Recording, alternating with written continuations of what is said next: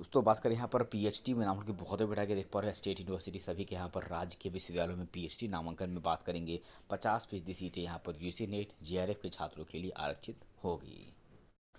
बहुत बड़ी बैठा गई पीएचडी की आधी सीटें देख पा रहे हो नेट से, आधी यहाँ पर सीटें यूनिवर्सिटी के इंट्रेंस टेस्ट से दोस्तों बढ़ेगी।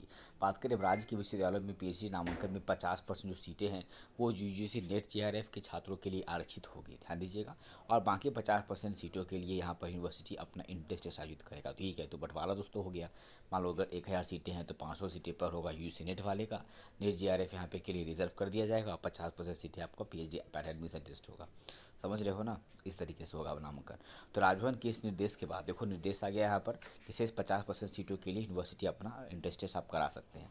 राजभवन के इस निर्देश के बाद निर्देश जारी हुआ राज्य के यूनिवर्सिटी में, सभी यूनिवर्सिटी जैसे Magadh university, Patna university, Pataliputra university यहाँ पर, इसलिए पास पटना भी शुरू नहीं किया था, अब बहुत ही शुरू होगा। मैं बात करें पीएचडी नामांकन को लेकर चल रहा संशय यहाँ पे समाप्त हो गया है। यह संशय इसलिए पैदा हुआ था कि यूजीसी ने अपनी गाइडलाइन में नेट स्कोर के आधार पर ही पीएचडी में नामांकन का निर्देश यूनिवर्सिटी को दिया था। इसके बाद कई यूनिवर्सिटी पीएचडी नामांकन की प्रक्रिया शुरू नहीं कर रहे थे। राजभवन के पत्र के बाद स्थिति यहाँ पर साफ अब हो गई है।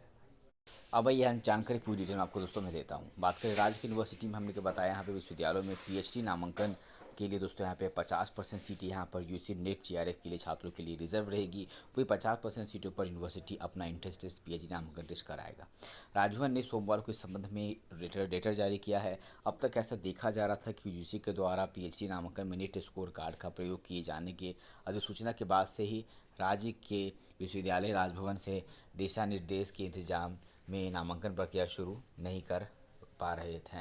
इसी को देखते हुए राजभवन यहाँ पे सचिवालय के विशेष कार्य पदाधिकारी के देख पा रहे यहाँ पर बालिंद्र शुक्ला के द्वारा उक्त पत्र राज्य के सभी विश्वविद्यालयों के कुलपतियों को पत्र लिखकर इस संबंध में उक्त निर्देश दिए गए हैं। बात करें यहाँ पर पीएचडी नामांकन रुकने की खबर को यहाँ पर देख पा रहे हो प्रकाशित यहाँ पर हुआ, देख पा रहे यहाँ पे बात करेंगे। और देख पा रहे यहाँ पे पढ़ रहे हो यहाँ पे बात करेंगे तिलका जी भागलपुर यूनिवर्सिटी, भागल और पाटलिपुत्र यूनिवर्सिटी के द्वारा भी राजभवन से उक्त संबंध में पत्रों के माध्यम से दिशा निर्देश मांगे गए थे। राजभवन ने पत्र में इसका जिक्र भी किया है।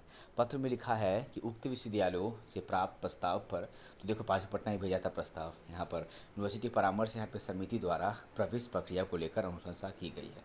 इसे पीएचडी सीटों पर रोस्टर लागू करके 50% जो सीटें हैं यूजीसी नेट या यूजीसी सीएसआईआर नेट या गेट या सीईईडी के लिए आरक्षित होगा, रिजर्व होगा, और बाकी 50% सीटों को प्रत्येक यूनिवर्सिटी अपने स्तर पर पीएचडी प्रवेश परीक्षा के माध्यम से भरेंगे।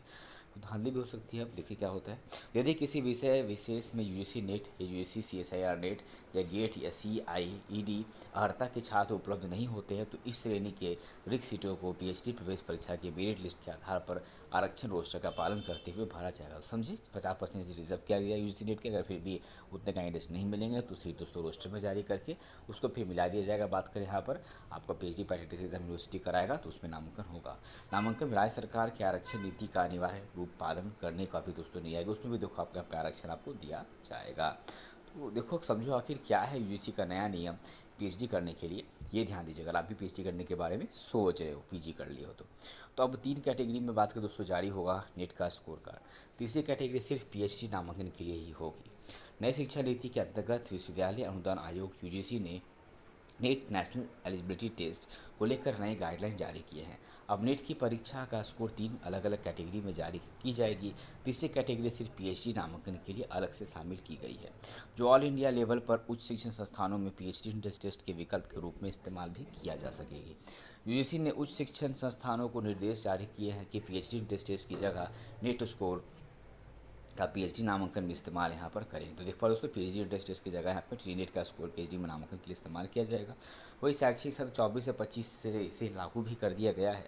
वही एनडीए के द्वारा नेट के लिए ऑनलाइन आवेदन भी यहाँ पे ले लिया गया है। नेट की परीक्षा भी इस बार उसी आधार पर ली गई थी।